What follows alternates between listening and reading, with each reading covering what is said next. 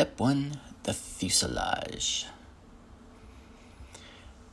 So just sit back and enjoy the film. I'll go over anything I find of note or interest. And hope you enjoy this build. Let's get going. On this piece, as you can see, there is detailing. That's the side that people are going to see. When installing frame 12, bend the outer legs so they lay outside the frame holes. This frame piece will give definition to the fuselage as the forms go in. When you install the forms, they have little feet. Make sure that when you slide them through the holes, that these too stay straight. Here I am straightening out the form pieces after I put them in. These pieces are 26 altogether from the front to the back. They constitute about 1/5 of the build. They are very, very small, very, very delicate, and have a very, very tight fit going in. As you put these parts in, they will tend to bend and twist. So after you get them in place, give them a good tweak to make sure that they're good and straight, and then go ahead and secure them with the super glue. This process took a very, very long time to get right, and I'm still not 100% happy with how it turned out. But overall, it is a very challenging build, and after you get them all put in, the results are very satisfying.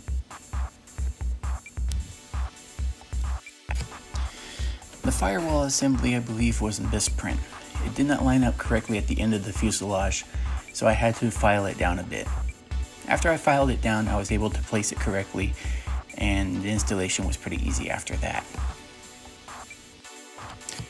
I did note that using my cross-lock tweezers made for an excellent clamp for gluing the firewall to the front of the aircraft.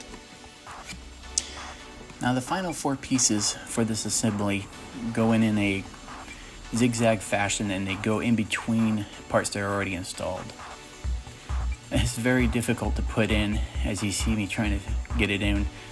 I have to bend here, tweak there, and it was just a bit of a difficult piece to install. They go in between pieces that, as you can see, are already installed.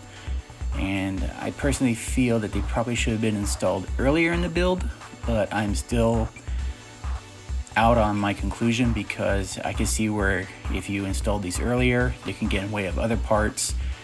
So I think Jasmine probably did the best they could to get these parts in. They're not an easy part to get in, so just take your time, make your tweaks accordingly, and just use a little glue once you get them seated.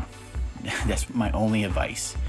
The little longerons that go on the leading edges, those are a little bit easier to get in. Edge longerons, here I am installing the left and right ones.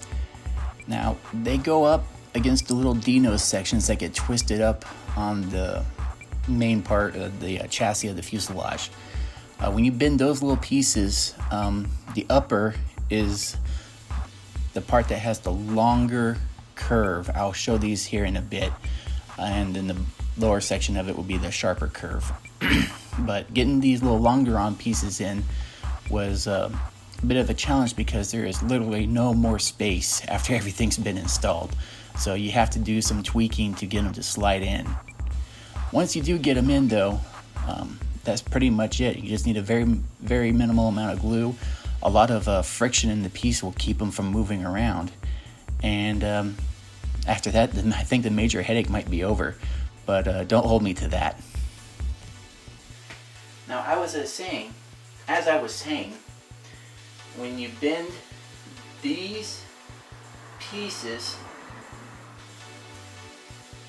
the upper part has a longer arc than the lower half. The lower half has a sharper arc. The longer arm runs up along these pieces right here.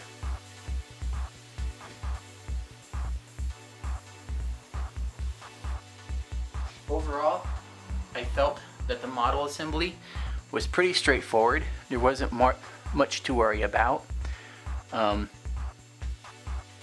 After filing down the little stub here, this was able to see in line with the rest of the fairing, the fuselage shape.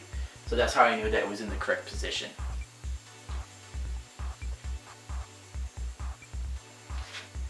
So far, installing these, as I said earlier, is the most challenging, and I am still not 100%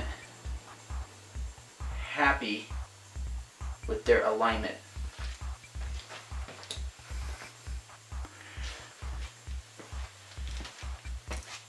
As you can see, they're not 100% perpendicular to the rest of the frame, but you can still tweak these as the build goes on. So that's the fuselage assembly for now.